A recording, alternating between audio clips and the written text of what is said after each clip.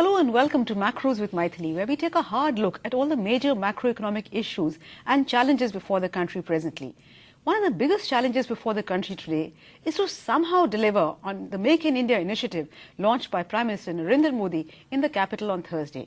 Remember, the initiative is not the first, though the scale on which it was launched was undoubtedly a first. So will this latest initiative of the Modi government fare any better than similar initiatives launched by previous governments? Or is it condemned to be, like many things in India, full of promise but nothing more? For a more bare-bones discussion on what the Make in India means and how we're going to translate the PM's dream of first develop India, we have with us today some of the best brains in Indian industry. We have Mr. Sidharth Birla, President FICCI, which is partnering the government in this great endeavour, Mr. Arun Maira, former member of the Planning Commission and member of the National Manufacturing Competitiveness Council, and Mr. Jagdish Khattar, who as former Managing Director Maruti Udyog has perhaps the best hands-on experience of a company that has actually been making it in India long before the PM even coined that phrase. And as a former member of the IAS, Mr. Khattar is also uniquely placed to tell us about what the government can do to create a development and growth-oriented environment, in the words of Mr. Modi.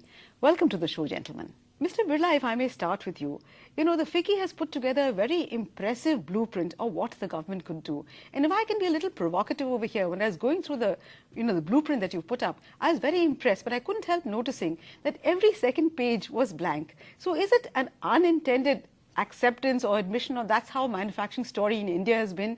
Some hits, but many more misses? No, there are no hidden messages in the FICCI document. I think it is simply the way the printers lay it out, and that's about it.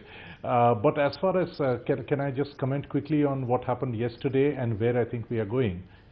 I think on a macro level, I've already said this to a couple of people. About 50 years ago, we came up with a Jai Kisan movement. That was with Shastri ji, who had mentioned that, and we then followed it up with a green revolution.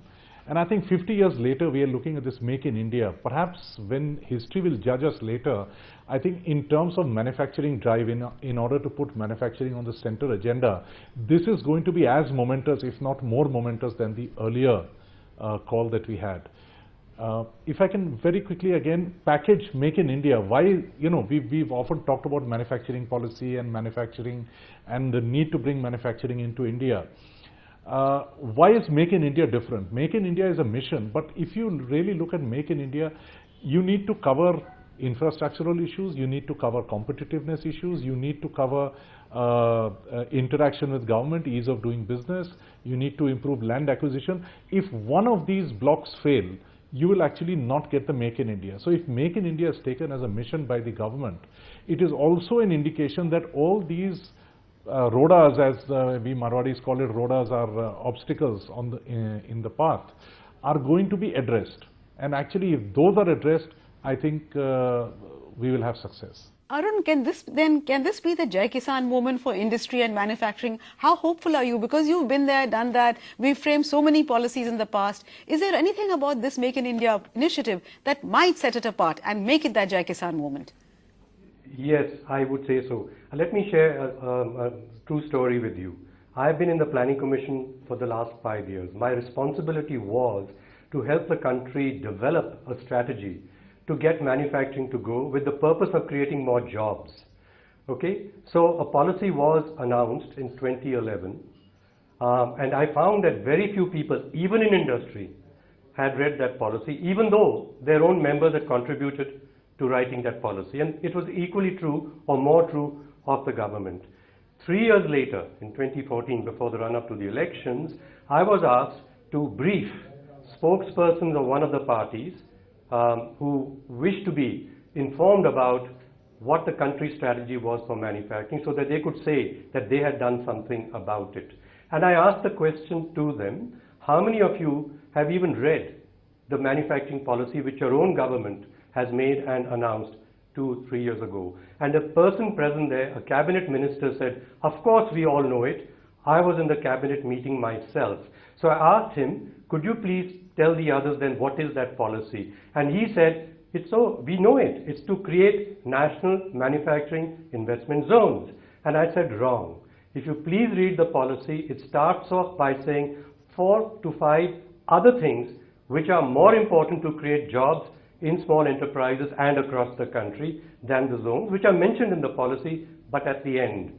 And so this was the point, that the people in the government themselves didn't know the policy that had been made in consultation with industry and with all their own officers, of course, to get effect. So the implementation of that policy was missing all these years.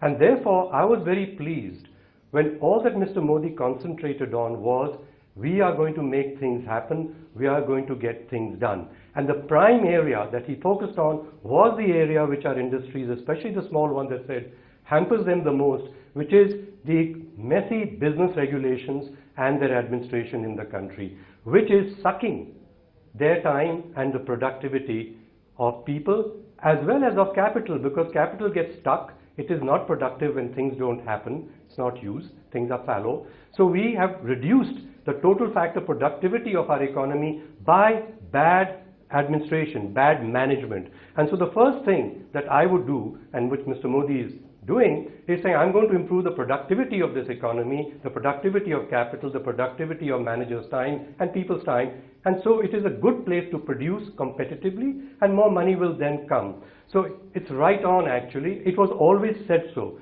In fact, after making that policy with industry's help, we had in the Planning Commission made a plan which we called Converting Policy to Results. And it's worth reading. It's not very long. It's 5 pages and no blanks in that. It's one follows the other logically. It is there. And I must say, hardly anyone bothered from the government to say, we have a plan and I'm going to take charge and going to get it done, which Mr. Modi has said now. So I'm extremely pleased. Okay, so let me ask Mr. Khattar then, what is it that his former tribe stood? How did they stand in the way? And what makes him think, A, that they will change, number one? And how, despite these roadblocks in the past, how was Maruti able to make such a difference? Can I comment a little bit on what has been said so far? You know, I have seen over a number of years, state chief ministers, prime ministers going abroad inviting investment. Nothing comes out of it. I personally feel that the best ambassadors for more investment are people who are already working in India. First, we need to ensure that those who are already working here, as has been mentioned, are they working properly, productively, are they being supported? If you are able to do that, then the investment will follow. New people are going to find out from the existing ones, how is it? And they'll give you a woes of tales. Number two, even yesterday, I would have liked, instead of the cabinet ministers of union government, some chief ministers to be there. Actual execution and all that is happening today is in the states. The states have to come on board. Government of India can do very little. I think if you look at most of the aspects, they are all to do with the state administration and all these things. So I think it's very important that we look after the existing ones, find out their problems, remove them, create that atmosphere, more investment will follow. And it is to be done by the state government. Coming back, as far as our tribe is concerned, I'm a great believer that our tribe really follows the direction from the top. There is very little they can do on themselves, and there are various reasons that have come in the last so many years where their initiative has gone, all sorts of action is being taken against them. It's much easier not to take any decision. But if you talk to them today, the impression we get is that yes, they have been given a direction, they are moving towards it, and you will start things moving. So the tribe really depends upon the direction from the top. Now, as far as Maruti is concerned, if you ask me, Maruti cannot export because there is no connectivity from Gurgaon to the ports. There was not enough facility at the ports. Maruti invested money at the ports to create facilities for exports. B, till today, for the last 25 years, Maruti has not taken 1 kilowatt of power from the state government. It's self-generated at a cost of 8 to 9 to 10 rupees. So even a company like Maruti has to generate 100% of Bijli within the organization and give it to near vendors. So that is the situation of the infrastructure. And you go across industries, they are working on generators today. Absolutely. There are grave problems. But I'm afraid, Mr. Khattar, I have to interrupt you on this because we have to slip into a very short break. But there are serious issues of infrastructure. But there is hope that the bureaucracy will take the lesson from on top, and that might change things. But please do bear with us. We need to slip into a very short break, but we'll be back very soon.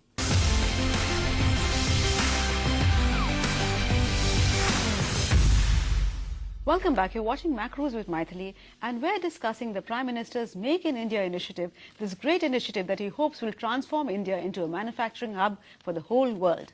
Mr. Birla, Mr. Khattar raised a host of issues about what are all the problems that are really facing industry today.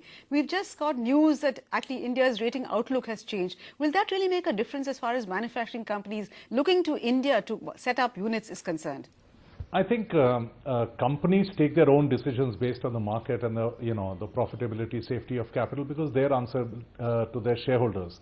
However, improvement in the rating always helps in creating a positive climate, and therefore adds one more tick mark to your investment decision should you desire to come to India.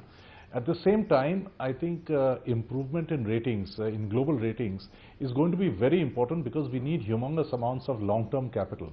And particularly USA is a huge source of long-term capital from pension funds and mutual funds and the like, which is going to be essential to drive our investment in infrastructure.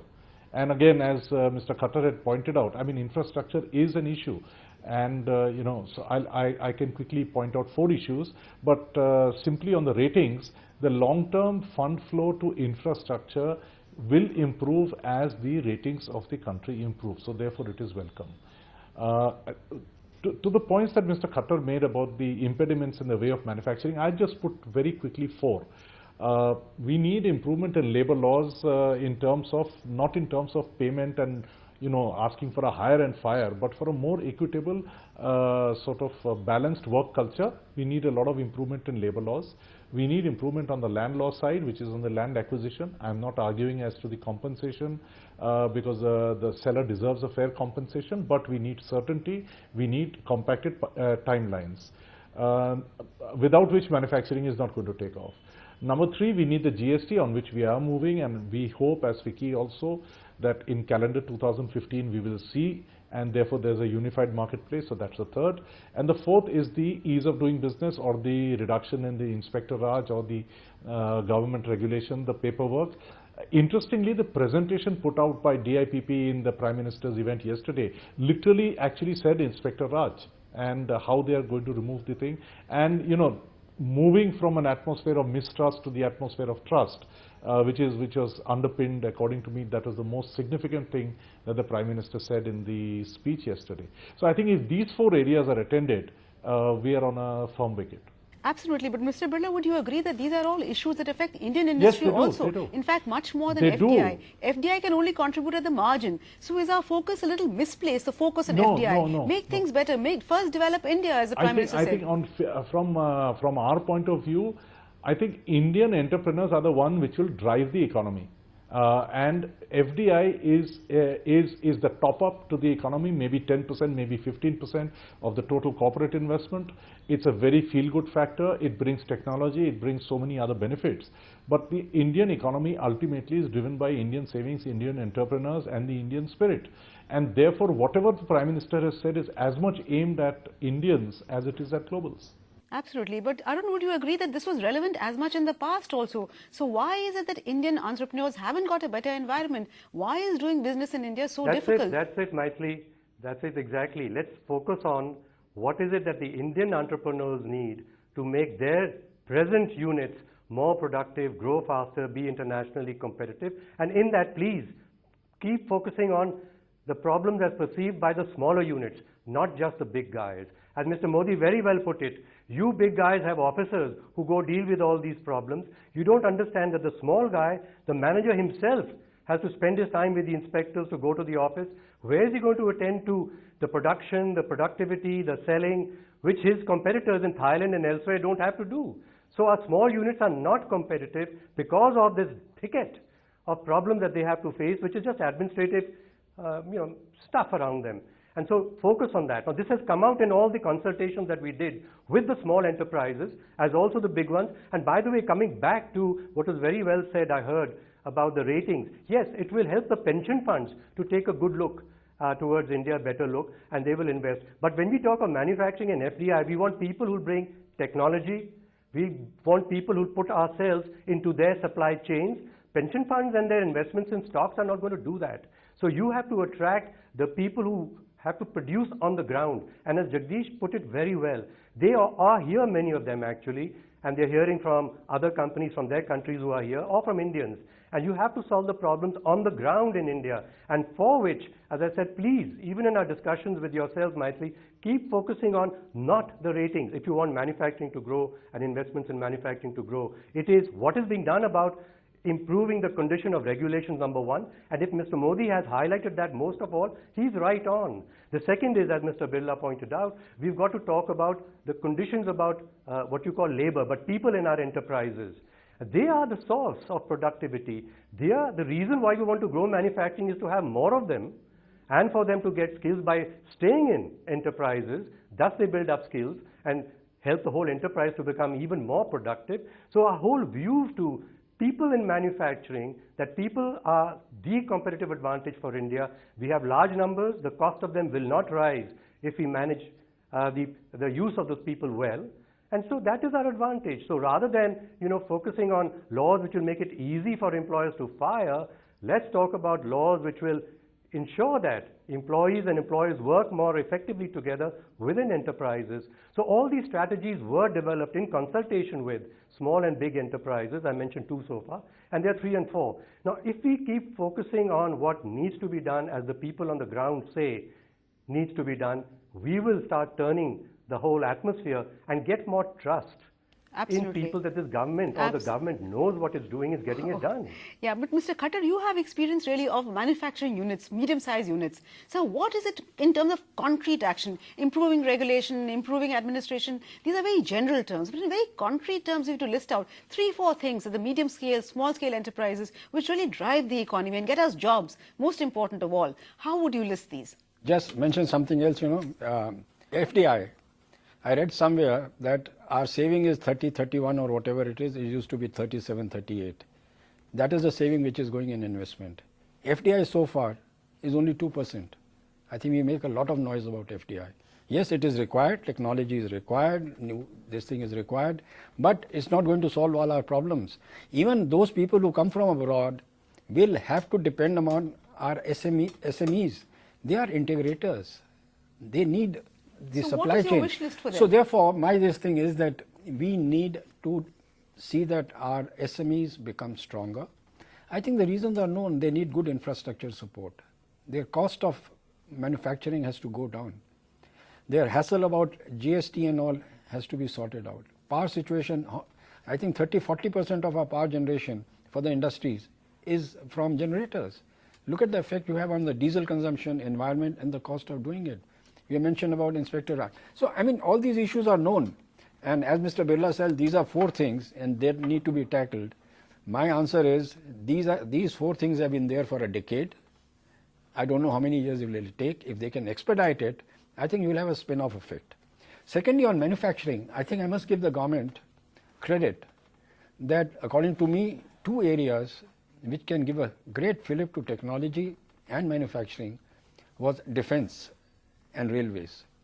I think they can make a lot of difference because their requirements are huge and they will support these medium and small scale industries. But my fear is, do we have the skills in this government to negotiate with these people? Okay, that's the big question marks, but we'll address that after the break. So please do bear with us. We'll be back very soon.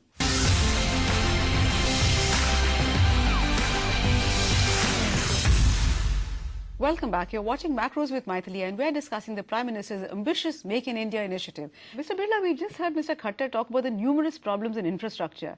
And though we accept that the government doesn't have the money, whenever we've got the private sector in, we find invariably there are problems with the power tariff, there's problem with the road toll, there's invariably a political economy issue that cannot apparently be removed. So can this government really keep politics out of economics? Does it have the political capital? Does it have the will to go ahead and keep politics distinct from economics? I think the government has the political will. I think the kind of policy that they are pursuing is not one of confrontation or of demonstrating their brute strength.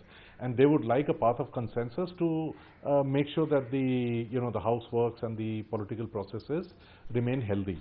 But I think they have the political will to do it. It's just a choice that they want to go consensus. The second part which I want to say is that it's not just the politics. I think it is also the situation that India finds itself in, particularly after 2 years of negativity and high decibel, conversations.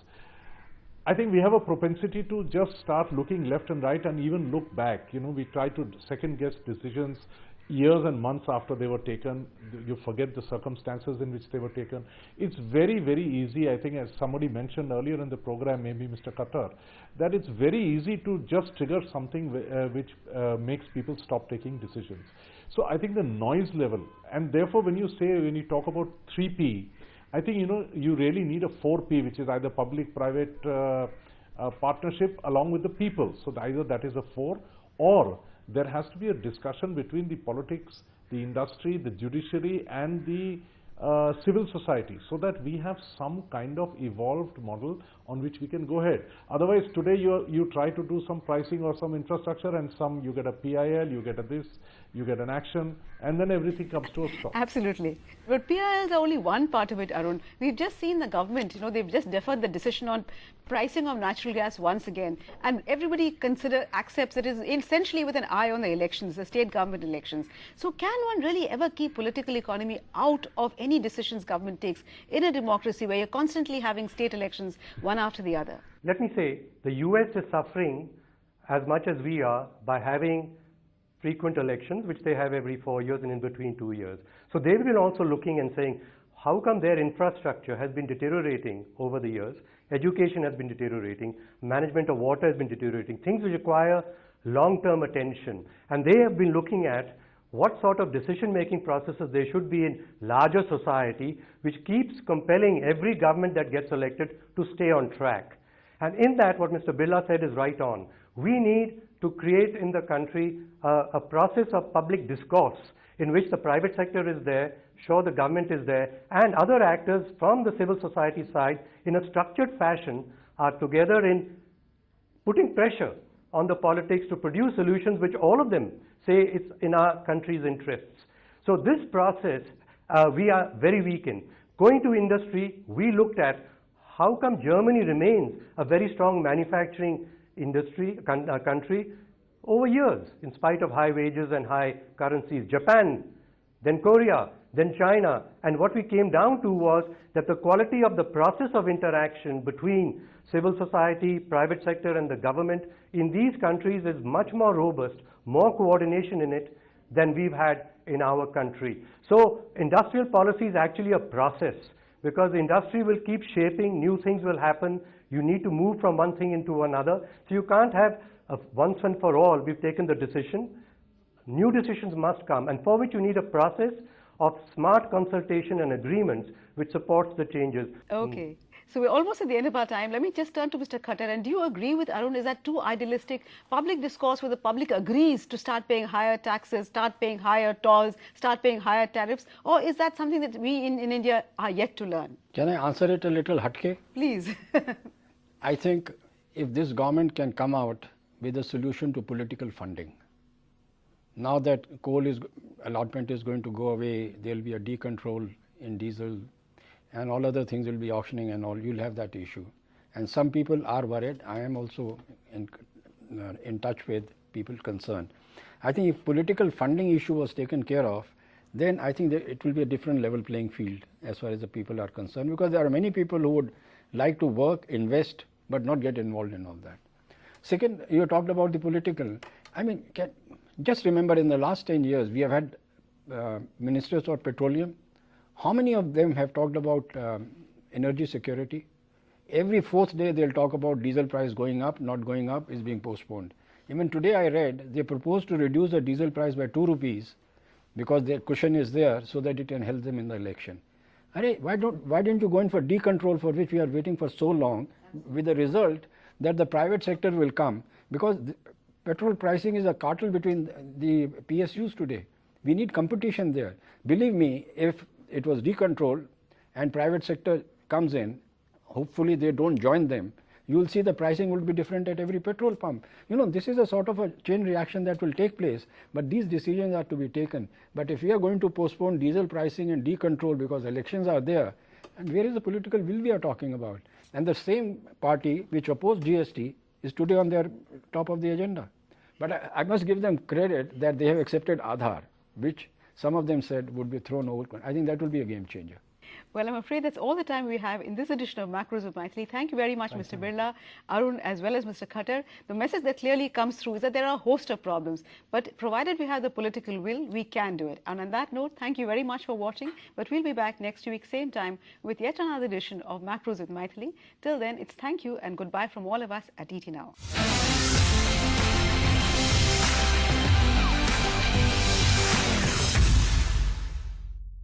Find us on Facebook at facebook.com/ETNow and don't forget to click the like button. You can also follow us on Twitter at ETNowLive. To stay updated with all our programming, hit the subscribe button on our YouTube channel by logging on to youtube.com/user/ETNow.